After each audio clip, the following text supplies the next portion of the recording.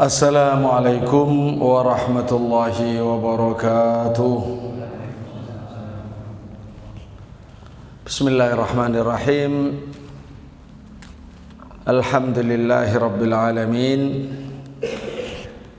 Asyhadu an la ilaha illallah wahdahu la syarikalah. Wa asyhadu anna nabiyyana Muhammadan abduhu wa rasuluh. Allahumma salli wa sallim wa barik ala nabiyyina wa habibina wa qurrati ayunina Muhammad wa ala alihi azwajihi wa dhurriyyatihi wa sahabatihi wa tabi'in wa man tabi'ahum bi ihsanin ila yaumiddin.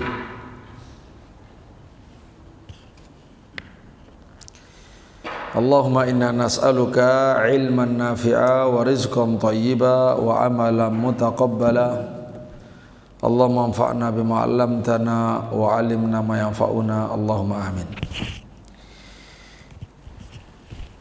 Para hadirin, para bapak, para ibu, jamaah semuanya rahimakumullah.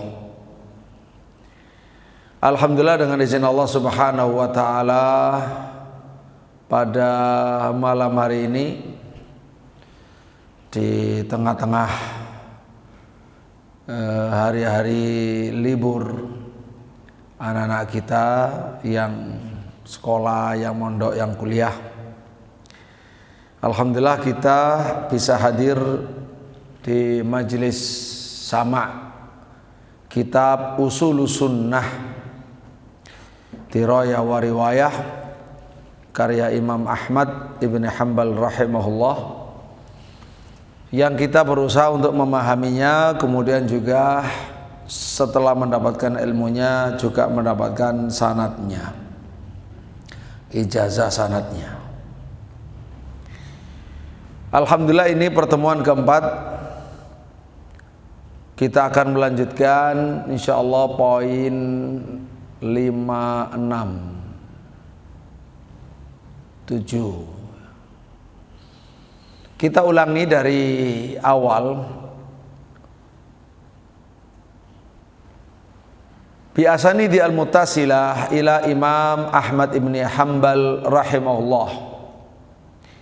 Qala usulu sunnati indana wahid at-tamassuk bima kana ali ashabu Rasulillah sallallahu alaihi wasallam, itsnain wal iqtida'u bihim, thalathah wa tarkul bid'ah, arba'ah wa kullu bid'atin fahiya dhalalah, khamsah wa tarkul khusumat wal julus ma'a ashabil ahwa, sittah wa tarkul mira' wal jidal wal khusumat fid din, sab'ah wa sunnatu indana atharu Rasulillah sallallahu alaihi wasallam. Bapak Ibu rahimakumullah, pada pertemuan ketiga kemarin itu kita bicara tentang kullu bid'atin dhalalah. Kita bicara tentang tarkul julus ma'a ahlil ahwa wal bid'ah. Yang kemarin juga sudah kita terangkan di antara tanda-tanda ahli ahwa, di antara ahli ahwa, ahli bid'ah. Ahwa itu jamak dari hawa. Hawa nafsu, keinginan nafsu, keinginan pribadi, yang itu cenderung memang liar dan mengajak kepada kerusakan, selalu bertentangan dengan keinginan Allah, dengan keinginan Rasulullah sallallahu alaihi wasallam. Makanya orang-orang yang bersikukuh, bersikeras dalam kebid'ahan, dalam menyelisihi Islam, itu namanya ahlu ahwa. Sementara kalau orang-orang yang benar disebut dengan ahlu sunnah, atau disebut dengan ahlul haq was sunnah, karena memang dia memiliki sifat atau akhlak senantiasa taat, ngikut yang benar, ngikut ajaran Nabi Muhammad sallallahu alaihi wasallam. Walaupun bertentangan dengan hobinya, dengan nafsunya, dengan kebiasaannya, dengan adat istiadatnya, maka disebut ahlul haq was sunnah. Sementara lawannya adalah ahlul bid'ah wal ahwa, orang-orang ahli kebid'ahan dan ahli hawa nafsu. Bapak Ibu rahimakumullah, sebelum nyambung ke nomor 6, karena kita berakhir kemarin harus menjauhi ahli hawa nafsu. Di antara ahli hawa nafsu itu ciri khasnya adalah al-waqi'ah fi ahli al-athar, selalu merendahkan, mencela ahli hadis, ya. Dan termasuk juga syiddatul adawah li ahli hadis, sangat keras permusuhannya kepada ahli hadis. Sementara kepada ahli ghayyi wal batil mereka diam. Jadi orang-orang yang sesat, yang batil itu selamat dari lidahnya, tapi kalau ulama-ulama ahli hadis, ahlu sunnah itu selalu menjadi sasaran fitnahnya, lesan maupun tulisannya, ya. Ma'asyiral muslimin rahimahullah, kemudian juga ciri-cirinya ahli bid'ah kan ahlul ghulu, ahli ghulu dalam ibadah gitu. Ghulu dalam ibadah. Nah, ghulu dalam ibadah ini itu bid'ahnya orang Khawarij. Kalau orang Murji'ah itu tidak banyak, tidak ahli ibadah, tapi ahli berharap. Ahli berharap surga tapi ibadah kapate ono. Tapi kalau yang ahli hulu, yang Khawarij itu ibadahnya mempeng luar biasa, tapi sayang kebat keliwat, yaitu melampaui batasan, melampaui batas. Itu yang menjadi jerat, yang menjadikan bahaya, yang menjadikan banyak orang tertarik di situ karena ahli ibadah. Ya, karena ahli ibadah, sehingga banyak orang tertarik. Sementara kalau Murji'ah yang membuat banyak tertarik karena loman swarga. Loman. Jadi kayak surga itu miliknya gitu. Nah, sehingga semuanya dia udah nggak usah bertengkar, semua ahli surga. Memang surganya siapa? Bermudah-mudahan. Kalau Khawarij bermudah-mudahan dalam menghukum itu neraka. Kalau yang Murji'ah ini adalah loman dengan swarga, jadi sangat pemurah dengan surga. Itu daya tarik tentunya. Ketika agama kok gampang, banyak orang tertarik agama yang gampangan gitu. Sementara kalau Khawarij memang hukum kerasnya itu orang nggak suka, tetapi begitu orang itu ahli ibadah gitu, semangat, nah itu yang menjadi daya tarik. Bapak Ibu rahimakumullah, Ahlussunnah wal Jamaah tentu saja senantiasa wasatiyah. Ahlussunnah wal Jamaah itu salah satu ciri khasnya adalah mencintai para ulama, lebih-lebih para sahabat, para tabi'in yang sudah jelas dipuji oleh Allah, dipuji oleh Rasulullah, ya. Jadi Ahlussunnah senantiasa mencintai para ulamanya, para imamnya, para penolong agama, para wali-wali Allah. Dan kebalikannya sangat benci dengan yang ahli bid'ah. Semua atas dasar ilmu, bukan atas dasar hawa nafsunya. Nah, itulah bedanya. Kalau Ahlussunnah itu bencinya benar, bid'ah bencinya benar, cintanya benar. Nah, kalau Khawarij dan Murji'ah itu cinta bencinya itu kabur, yaitu membenci yang seharusnya dicintai, mencintai yang seharusnya dibenci. Sama, kita semua Bapak Ibu ada rasa cinta, ada rasa benci.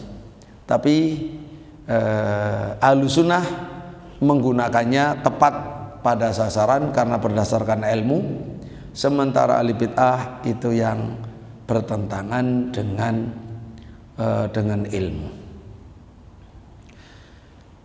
Dikatakan kepada Imam Abu Bakar ibni Ayyash, salah seorang ulama salaf, beliau pernah ditanya begini, ya Abu Bakrin, Abu Bakar ibnu Ayyash, mani sunni, yang disebut ahli sunnah itu siapa? Seorang ahli sunnah, sunniyun itu berarti pengikut sunnah, katanya. Sunniyun, siapakah ahli sunnah? Siapakah pengikut sunnah Nabi itu?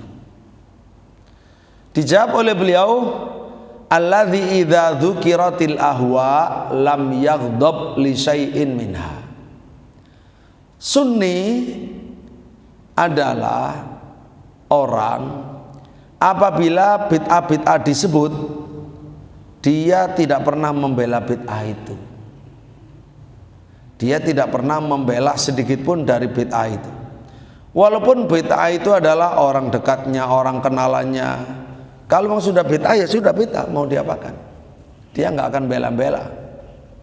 Karena dia betul-betul karena ngikut sunnah, ya, ngikut kebenaran.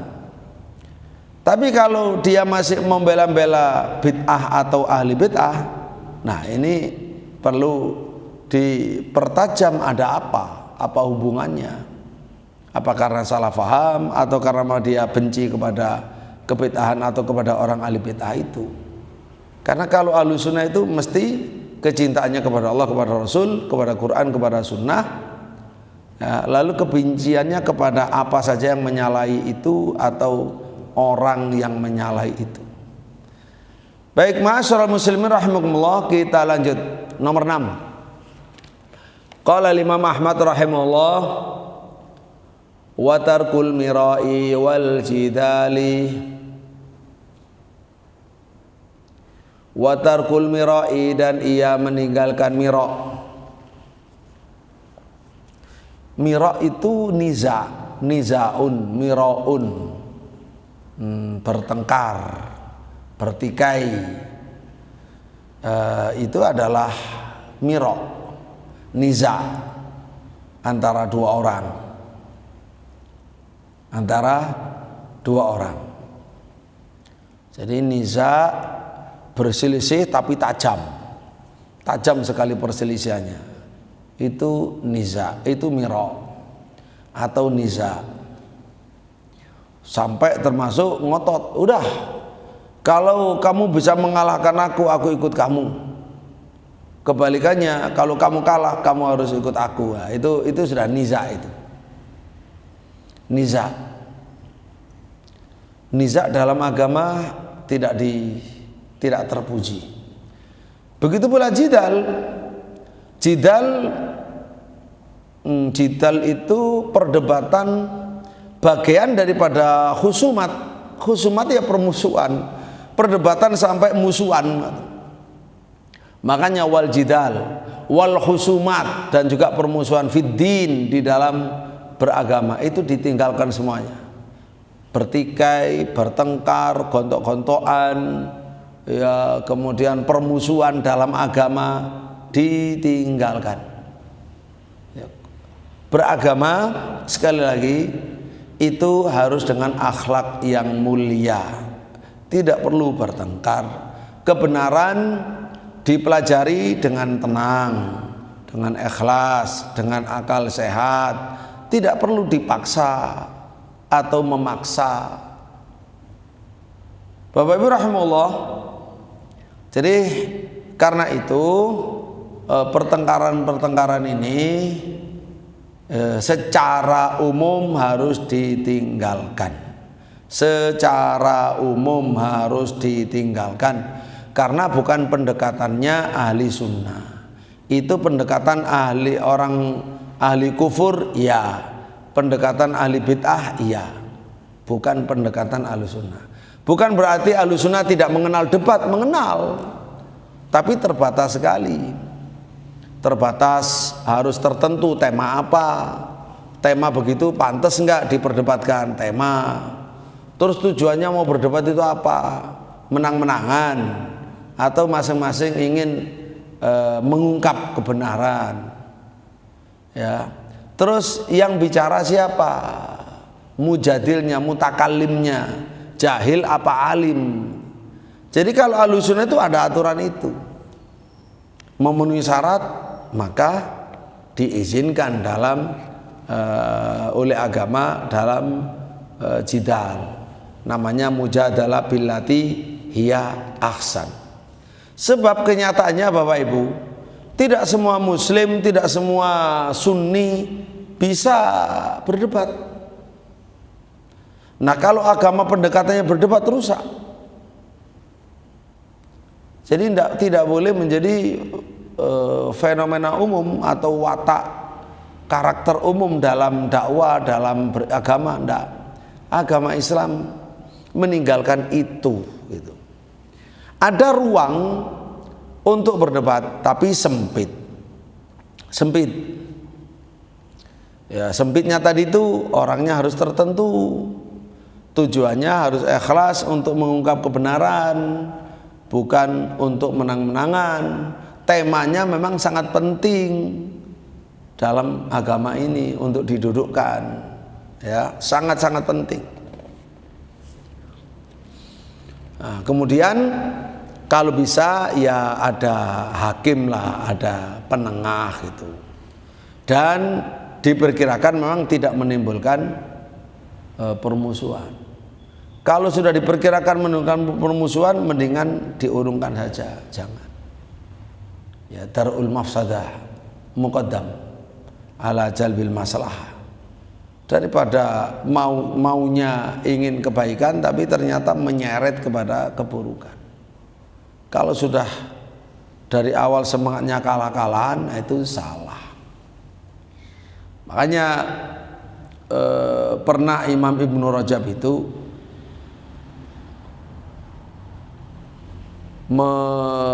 menyuruh pergi orang yang ngajak-ngajak debat, yang sifatnya udah ayo kita debat dulu dong, siapa yang menang. Kalau kamu menang aku ikut kamu, kalau aku menang kamu ikut aku, model semangat gitu ya. Itu jadi menang-menangan. Imam Ibnu Rajab diajak model demikian oleh orang, dia bilang idhab falastu min asbahika, kamu silakan pergi, saya orang tidak seperti kamu, saya tidak seperti kamu. Kamu yang suka debat, enggak, saya enggak suka debat. Bapak Ibu rahimakumullah. Baik. Allah Subhanahu wa taala berfirman soal miro, jidal, husumat fiddin dalam beragama ini. Yaitu misalnya di dalam surat Ar-Rum ayat 31-32. Wala takunu minal musyrikin minal ladzina farraqu dinahum wa kanu syi'a. Kamu jangan termasuk orang musyrik, jangan seperti orang musyrik, yaitu orang yang memecah belah agama mereka, memecah belah agama mereka. Jadi pendekatan memecah belah tadi itu adalah bagian dari cara beragamanya orang musyrik. Nabi dan umat Islam dilarang seperti itu. Wa kanu syi'a, dan mereka bergolong-golong, berkelompok-kelompok. Kemudian di dalam surat Mukmin, surat Ghafir Al-Mu'min ayat 4. Ma yujadilu fi ayatillah illa alladzina kafaru. Tidaklah berdebat tentang ayat-ayat Allah.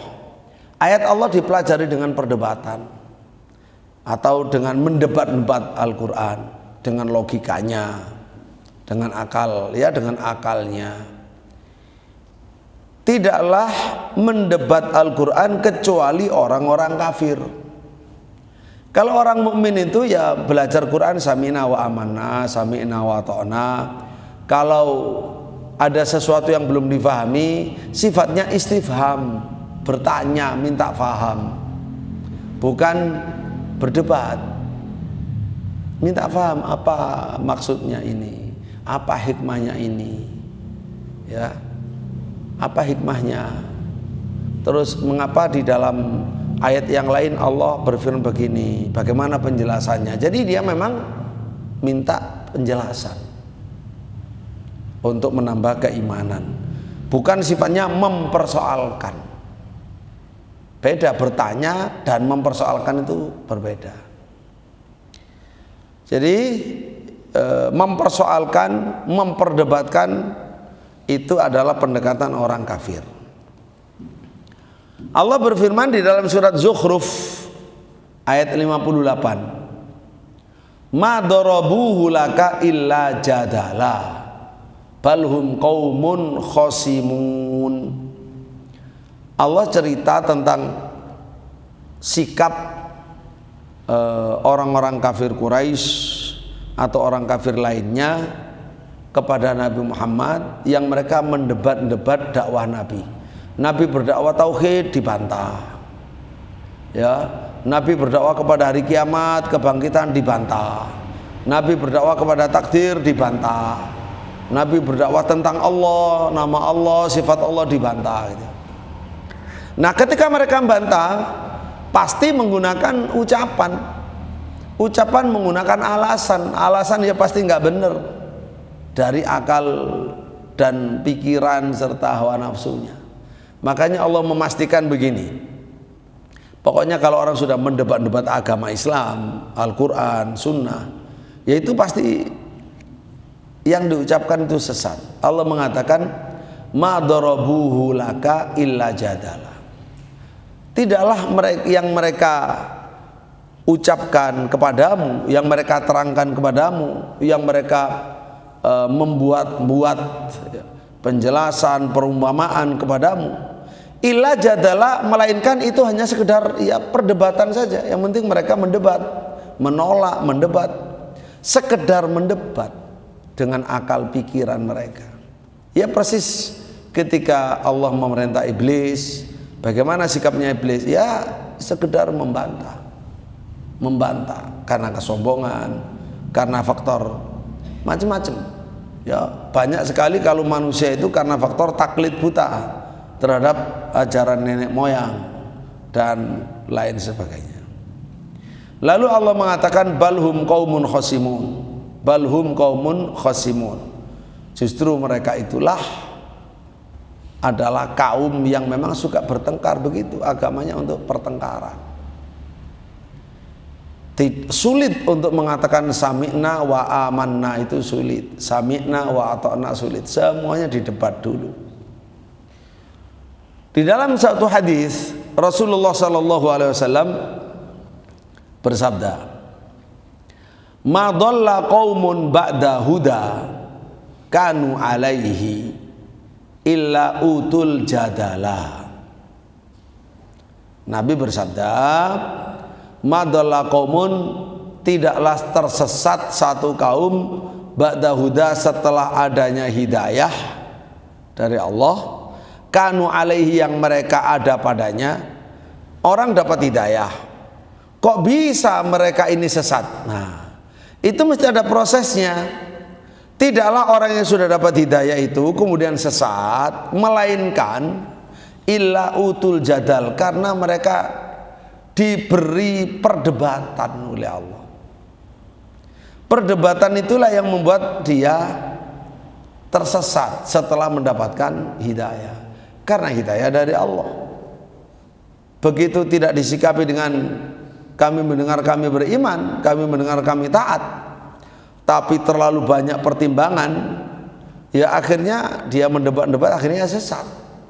Sama persis dengan tersesatnya iblis karena jidal.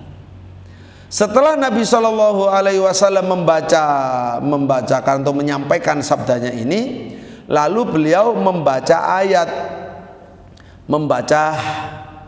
ayat ini, ya, tadi surat Zukhruf tadi, ma darabuhu laka illa jadala balhum qaumun khosimun, ya seperti itu ya. Rawahu at-Tirmidzi wa Ahmad, hadisnya hasan, hadis sahih. Ma'asyiral muslimin rahimakumullah. Kemudian di dalam hadis yang lain Rasulullah sallallahu alaihi wasallam menjelaskan, hadis Bukhari, abghadur rijal ilallah al-aladdu al-khasimu. Orang yang paling dibenci oleh Allah, orang yang paling dibenci oleh Allah, al-aladdul khasim, yaitu orang yang memusuhi, orang yang musuhi, yang paling keras dalam memusuhi. Al-aladdu al-khasim, yang paling keras dalam memusuhi. Orang keras dalam memusuhi itu berarti ya musuh bebuyutan gitu. Jadi turun temurun terus masih musuhi terus. Ya istilahnya termasuk bahaya laten. Jadi orang nggak sadar-sadar selalu mengedepankan perdebatan tadi. Dan perdebatan karena memusuhi, karena tidak suka, karena benci. Itu orang yang paling dibenci oleh Allah Subhanahu wa ta'ala. Ma'asyiral muslimin rahimakumullah, pernah mungkin di majelis kedua apa ya, pernah saya sampaikan atau kemarin juga seingat saya, walaupun sekilas, sabda Nabi SAW yang bersabda begini, biar kita tahu nantinya apa maksud dan tujuan dari pembahasan ini selain yang kita sampaikan, yaitu Rasulullah SAW bersabda, ana zaimun bi baitin fi rabadil jannah liman tara kal miraa wa in kana muhiqqan. Saya, kata Nabi, menjamin dengan surga, dengan istana di tengah-tengah surga, di tengah-tengah surga. Jadi istana di tengah surga, paling tinggi, paling tengah, paling tinggi. Berarti bisa kelihatan dari mana saja. Dan yang seperti ini biasanya mahal, ya, di tengah bukit, bisa dilihat dari seluruh kota. Itu tempat yang paling mahal. Nah, nanti di surga juga demikian. Ada istana yang terletak di paling tengah surga dan paling tinggi dari surga. Untuk siapa? Dijamin untuk siapa? Liman tarokal miro, untuk orang yang meninggalkan perdebatan permusuhan.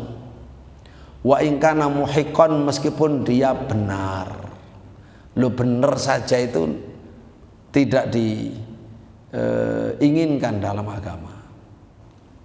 Kontok-kontokan ya, dia benar. Ini sudah mengarah kepada pertengkaran, bukan lagi diskusi, adu argumentasi, tapi sudah pertengkaran. Yang benar saja itu diharapkan meninggalkan, sudah tinggalkan, tidak perlu berdebat. Kalau hasilnya pertengkaran, tidak perlu. Tapi kan kita benar, walaupun kamu benar, justru kamu dijamin akan dapat surga yang paling tinggi, yang paling tengah. Terus wazaimun bibaitin fi wasatil jannah liman tarokal kadhib, dan dijamin juga, aku menjamin adanya surga, istana di tengah surga, walaupun bukan yang paling tinggi, liman tarokal kadhib wa in kana mazihan, saya jamin surga, istana di tengah surga untuk orang yang meninggalkan dusta atau bohong, walaupun itu guyon. Ini bahayanya bertengkar, walaupun benar aja nggak dianjurkan untuk bertengkar. Yang kedua, bahayanya bohong, walaupun guyon, apalagi serius, apalagi direncanakan, apalagi disiapkan timnya, tim untuk berbohong dan seterusnya. Itu bahaya, Bapak Ibu. Terus wabi baitin fi a'lal jannah, robat Wa bi baitin fi alal jannah liman hasuna khuluquhu. Ini hadis Abu Dawud, okay? Bagi orang yang bagus akhlaknya. Bagi orang yang bagus akhlaknya. Ma'asyiral muslimin rahimahullah, bentar. Jadi yang paling tinggi istana paling tinggi di surga itu adalah untuk yang paling bagus akhlaknya paling mulia.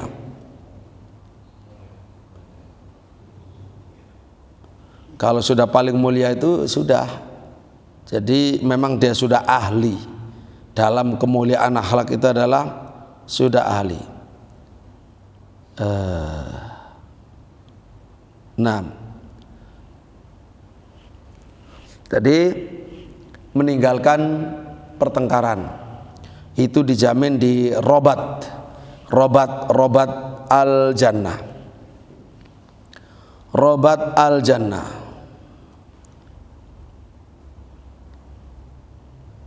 Robat al jannah ya punya makna di tengah juga ya.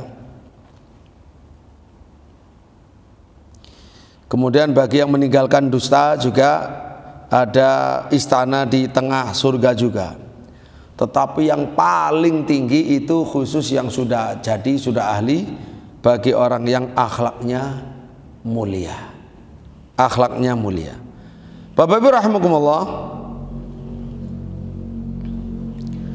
Jadi hadis-hadis ini semuanya menginginkan agar kita dalam beragama itu berakhlak mulia. Tambah agama tambah mulia, bukan tambah gampang bertengkar, bukan gampang mencari musuh.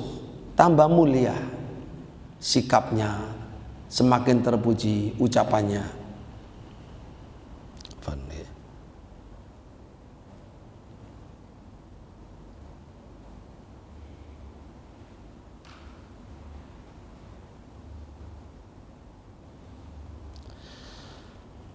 Baik. Ma'asyiral muslimin rahimakumullah.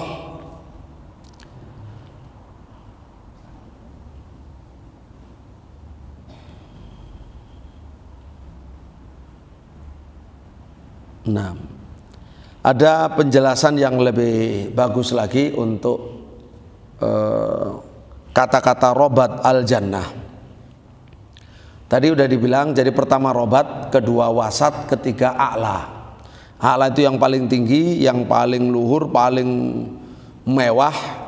Kemudian berikutnya wasat jannah, yaitu yang di tengah, yang meninggalkan dusta tadi, tertinggi akhlak mulia. Yang di tengah-tengah itu adalah tidak dusta. Kemudian yang meninggalkan mujadalah itu fi robat. Robat jannah, selain ada yang mengatakan tengah, ternyata haulal jannah, jadi di sekitar surga atau surga pinggiran bagi orang yang mau meninggalkan pertengkaran walaupun ia dalam posisi benar, itu makna robat fi robadil jannah, itu fi haulil jannah atau fi atrafi al jannah, wallahu taala alam. Nah, baik, jadi semuanya harus berakhlak mulia, meninggalkan pertengkaran, perdebatan dalam agama. Sebentar, saya lanjutkan. Agama karena iman, bukan karena kalah-kalahan, bukan karena menang-menangan ya, tapi karena beriman, karena benar. Dan kebenaran itu sudah jelas, buktinya sudah jelas, tidak perlu memaksa dan dipaksa. Kalau pertengkaran yang tercela tadi itu pasti yang begitu itu, yang menang-menangan, memaksa-maksa. Ada kelompok yang kuat, ada kelompok yang besar memaksa yang lemah atau yang kecil. Nah, itu enggak baik. Itu jelas bukan akhlak mulia. Karena ini sejalan dengan la ikraha fiddin. Kemudian Umar bin Abdul Aziz radhiyallahu anhu rahimahullah mengatakan, man ja'ala dinahu gharadan lil khusumat aktsarat tanaqqula. Siapa yang menjadikan agamanya sebagai sasaran untuk perdebatan, dia banyak berpindah-pindah. Makanya secara umum tidak boleh menjadi pendekatan kebanyakan. Itu ada tapi ruangnya sangat sedikit ya. Kemudian Imam Hasan Basri, seorang ulama tabi'in, ulama salaf, pernah berkata kepada orang yang mengajak debat dengan beliau. Imam Hasan Basri, ulama tabi'in, diajak debat oleh seseorang tentang agama. Maka beliau berkata begini, indah sekali. Amma ana faqad absartu dini fa in kunta adlalta dinaka faltamishu. Kalau saya sudah melek agama saya, sudah melihat agama saya jelas saya melihat jelas mana agama saya. Kalau kamu memang masih tersesat, tidak ngerti agamamu yang bagaimana, silakan kamu cari. Kalau saya sudah jelas, nggak perlu ngapain saya berdebat. Saya melihat agama saya itu dengan jelas, dengan terang benderang. Jadi saya tidak perlu berdebat. Kalau kamu memang masih buta, masih kehilangan agamamu, silakan kamu cari sampai ketemu. Begitu Bapak Ibu rahimakumullah. Ini juga Hasan, dari Imam Hasan Basri. Kemudian Ahmad ibnu Abil Hawari, dia cerita, Abdullah bin Busra itu berkata pada saya, beliau itu Abdullah ini termasuk ulama yang sangat khusyuk, ahlu sunnah, ulama yang sangat khusyuk, tenang. Beliau mengatakan begini, laisa sunnatu indana antarudda ala ahlil ahwa walakinna sunnata indana alla tukallima ahadan minhum. Sunnah bagi kami itu bukan kamu harus mendebat ahli bid'ah, ya, bukan itu ukuran. Itu ada, tetapi ruangnya khusus, ada batasan-batasan, ya, untuk orang-orang tertentu kalau memang itu maslahat. Nah, tetapi yang namanya sunnah yang menjadi ukuran semua orang, ukuran setiap sunni, justru kamu tidak bicara kepada seorang dari mereka. Kamu jangan bicara kepada orang yang ahli debat, udah tinggalkan mereka. Itu menjadi tanda ahlu sunnah yang umum. Kalau untuk mendebat ahli bid'ah, itu bukan tanda umum, itu adalah untuk ulama-ulama tertentu, terbatas sekali. Orangnya ahli, kemudian pembahasannya memang layak untuk dibahas, caranya baik, benar, maksudnya benar gitu, dan hasilnya juga baik. Nah, itu baru boleh, dan itu tidak semua orang bisa. Ma'asyiral muslimin rahimallahu, ini yang indah lagi begini. Ini cerita tentang Imam Ahmad bin Hanbal. Hanbal bin Ishaq cerita, kalau tidak salah pamannya ya, ada orang menulis surat kepada Imam Ahmad bin Hanbal rahimahullah. Isi suratnya bagus. Dia kayaknya juga ulama. Dia nulis surat kepada Imam Ahmad, meminta izin kepada Imam Ahmad agar ia menulis kitab. Kitab yang ditulis ini temanya khusus menerangkan tentang cara mendebat ahli bid'ah. Minta izin ke Imam Ahmad. Ya biasa begitu Bapak Ibu rahimahullah. Kita sebagai ustadz-ustadz ahlu sunnah itu pasti juga punya senior gitu. Kalau mau apa-apa yang penting-penting, yang besar-besar, ya mesti silaturahim, minta petunjuk, pendapat, diskusi begitu. Tidak nafsi-nafsi.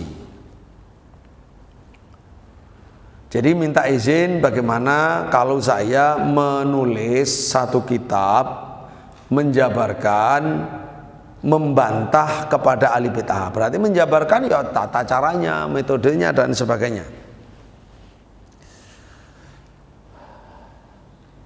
Dan minta izin pula selain menulis kitab tentang mendebat ahli bid'ah, dia juga minta izin bagaimana kalau dia juga boleh hadir di majelis-majelis ahli kalam untuk mendebat ahli kalam. Orang ini minta izin kepada Imam Ahmad supaya dia bisa berhujjah langsung di hadapan mereka. Akhirnya Imam Ahmad bin Hambal menulis, Bapak Ibu, nulis jawaban. Bismillahirrahmanirrahim. Semoga Allah membaguskan nasib akhirmu, dan semoga Allah melindungimu dari segala yang tidak baik, dari segala yang dikhawatirkan, yang kami sudah mendengar. Jadi kan ada banyak hal-hal yang tidak baik tentang perdebatan sudah didengar oleh Imam Ahmad. Nah, itu dikhawatirkan oleh beliau. Lalu beliau berkata begini, kami mendapati para ulama yang menjadi guru-guru beliau, ya ulama-ulama yang kami temui, kami mendapatkan bahwa mereka itu rata-rata tidak suka dengan kalam, tidak suka berdebat dengan ahli kalam, dengan ahli bid'ah. Karena agama ini prinsip dasarnya bukan debat dengan ahli kalam, tetapi at-taslim, pasrah kepada Allah. Firman Allah jelas, ya hadis jelas, diterangkan oleh salafus saleh jelas, oleh ulama besar jelas, ya sudah itu diterima, bukan berdebat. Namanya taslim. Dan berakhir kepada apa yang ada dalam kitab Allah, serta tidak melewati sama sekali, tidak melangkai sama sekali. Dan manusia muslim juga ahlu sunnah secara umum, tadi secara khusus adalah ulama, sekarang secara umum adalah seluruh ahlu sunnah, juga membenci setiap hal yang bid'ah, apakah itu menulis kitab bid'ah atau duduk dengan ahli bid'ah untuk membantah ahli bid'ah. Itu secara umum ahlu sunnah memang tidak suka. Diterangkan begitu oleh Imam Ahmad. Oleh karena itulah keselamatan insya Allah ada pada meninggalkan duduk dengan mereka dan debat dengan mereka dalam kebid'ahan mereka. Maka hendaklah seseorang itu bertakwa kepada Allah Subhanahu wa taala dan hendaklah melakukan apa yang besok bermanfaat di hadapan Allah dari amal soleh yang ia laksanakan dan tidak melakukan hal-hal yang bid'ah. Ya begitu ya, dan seterusnya. Bagus, masih ada agak panjang ya. Terus di akhir ditutup, ya saya minta kepada Allah agar memberikan taufik kepada kita semua, kepada engkau, kepada seluruh kaum muslimin, dan semoga engkau selamat. Nah, itu luar biasa. Nasihat Imam Ahmad ini betul-betul ya sesuai dengan yang ditulis di sini prinsipnya. Beliau tidak menghujat, tidak sama sekali menerangkan dengan benar kepada orang yang minta izin tadi, dan beliau tidak mengizini. Nah, dengan pertimbangan-pertimbangan yang memang harusnya diambil oleh orang yang ngirim surat. Bapak Ibu rahimahullah, kemudian kita lanjut. Jadi ingkarnya Imam Ahmad ini luar biasa ya, ingkar keras tapi lembut, tapi bijak ya, tapi bijak. Kalau soal mengarang kitab, buku, ya boleh-boleh saja. Bahkan kadang wajib kita menulis kitab untuk membantah, menerangkan ahli bid'ah, ahli liberal juga kadang penting ya. Nah, kalau itu memang kasus Bapak Ibu melihat melihat maslahat dan mudaratnya. Kemudian melihat juga siapa yang menulis itu penting. Apa yang diharapkan. Sehingga kitab rudud itu juga bagian dari sekali lagi ada rudud ala ahli bidah, itu juga bagian dari ahli sunnah, tapi hanya untuk orang tertentu, Karena itulah kalau sifatnya ukuran sunnah untuk orang banyak, untuk menjadi ahlu sunnah bukan membantah ahli bid'ah, tetapi menjauhi ahli bid'ah. Kalau membantah-bantah itu untuk orang-orang tertentu. Bahkan kita dalam membantah boleh keras, kalau memerlukan keras. Misalnya kan, wala tujadilu ahlal kitab illa billati hiya ahsan illal ladzina zalamu minhum. Kamu jangan mendebat ahli kitab Yahudi Nasrani kecuali dengan cara terbaik. Diizini dengan cara terbaik. Kecuali boleh cara tidak baik, boleh orang yang zalim dari mereka. Apa cara tidak baik itu? Dalam arti di luar, di atas mujadalah bil husna, yaitu mubahalah.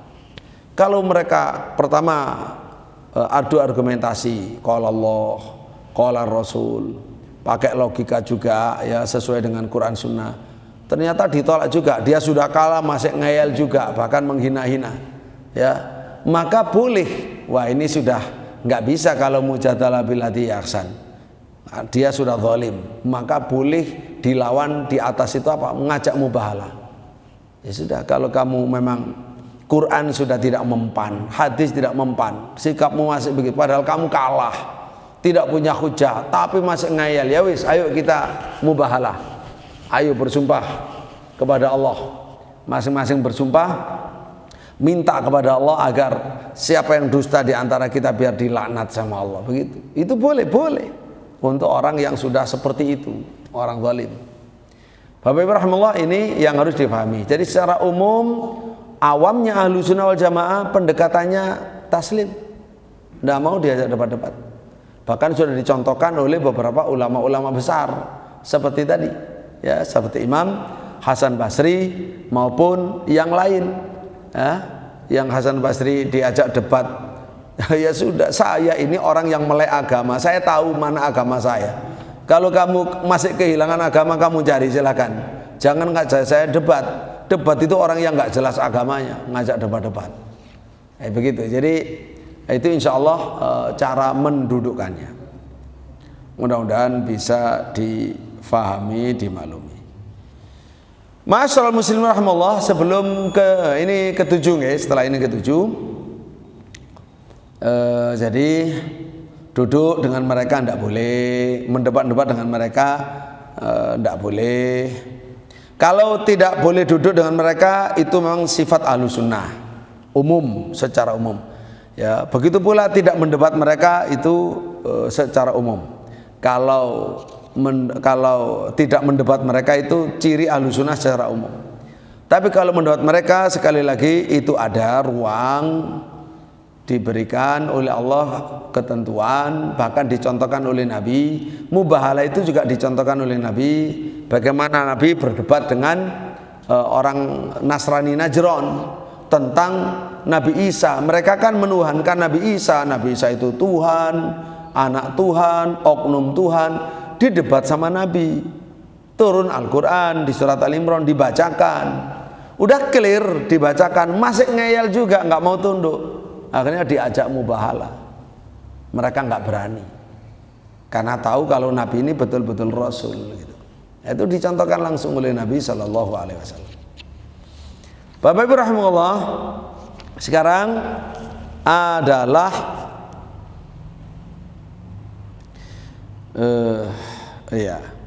termasuk begini, untuk menghindari supaya kenapa sih kok tidak dibuka ruang yang luas untuk berdebat,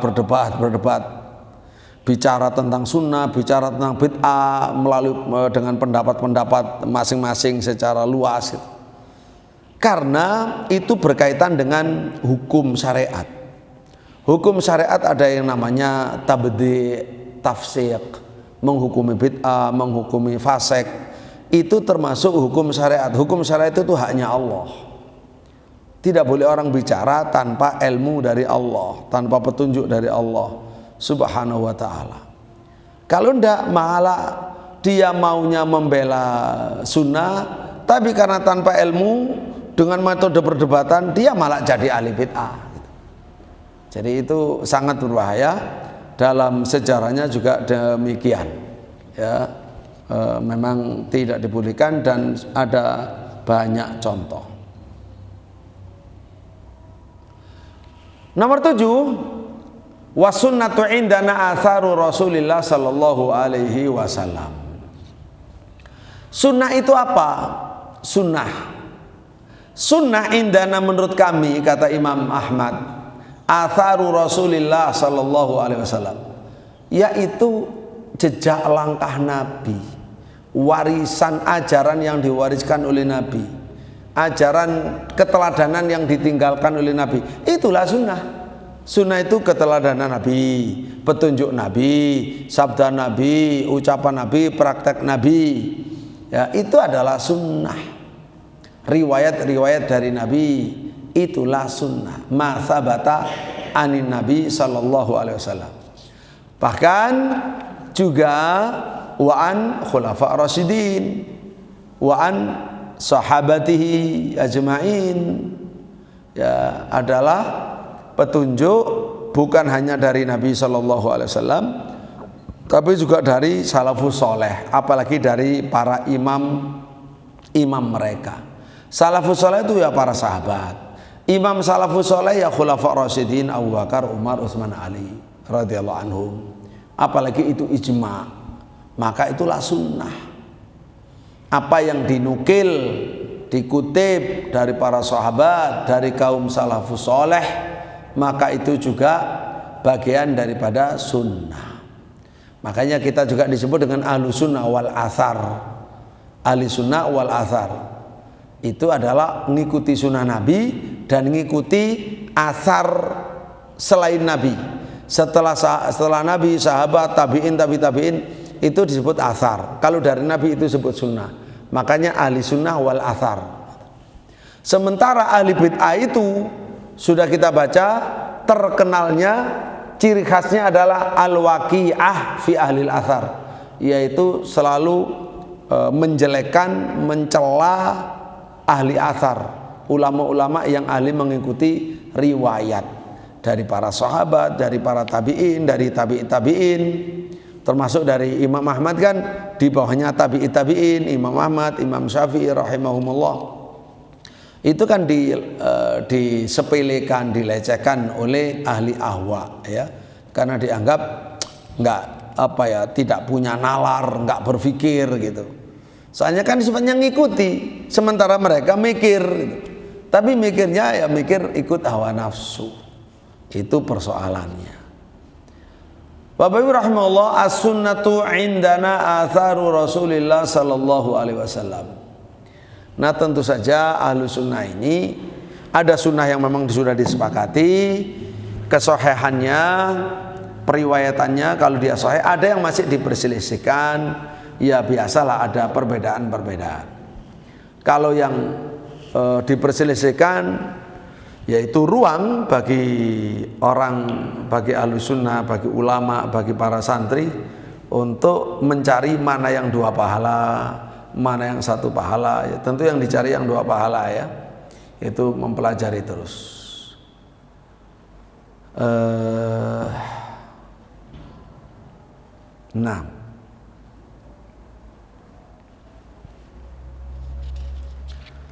Begitu Bapak Ibu rahimahullah, tentang sunnah indana atharu Rasulillah sallallahu alaihi wasallam. Kemudian insyaallah dilanjut pada pertemuan berikutnya, lebih dalam lagi insyaallah. Wasunnatu tufassirul Quran wa hiya dalailul Quran. Sunnah itu yang dari Nabi tadi itu menafsiri Quran. Sunnah itu adalah dalailul Quran, dalil-dalilnya Al-Quran. Dalil-dalilnya Al-Quran. Jadi Al-Quran sangat memerlukan sunnah. Jadi karena sunnah itu syarah penjabaran dari Al-Quran. Syarahnya Quran itu ya hadis, sunnah. Penjabarannya Quran itu ya hadis, atau istilah lain adalah sunnah. Itulah jadi kedudukan sunnah nomor 8 itu adalah mufassiroh lil Quran, mubayyinah lil Quran, mubayyinah li mujmalil Quran, menjelaskan apa yang masih mujmal yang global dari Al-Quran. Ya, mufassir lil Quran. Makanya tafsir Al-Quran yang terbaik adalah tafsir Quran dengan Quran atau tafsir Quran dengan sunnah. Begitu Bapak Ibu rahimahullah. Baru kalau tidak ada Quran sunnah bisa ditafsiri dengan bahasa atau dengan tafsir salaf, ya, dengan tafsir salafus saleh.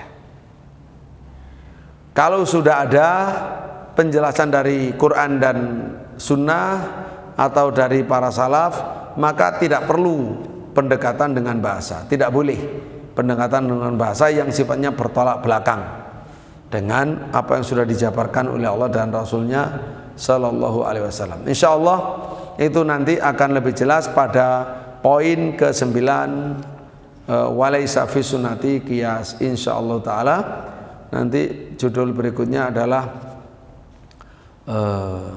tidak ada qiyas dalam sunnah, ya. Tidak ada qiyas dalam sunnah, biar kita paham apa yang dimaksud.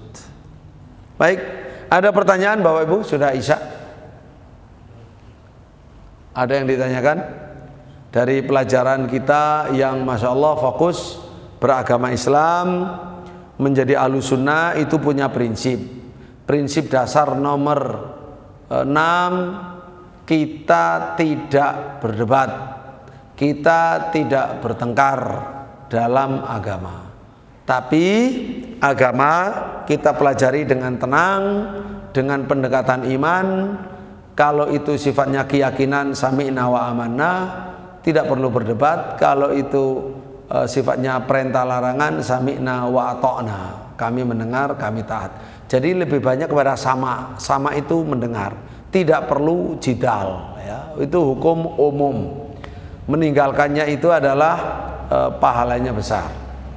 Dijanji akan mendapatkan istana di robadil jannah, di bagian lingkaran luar surga, di pinggiran surga.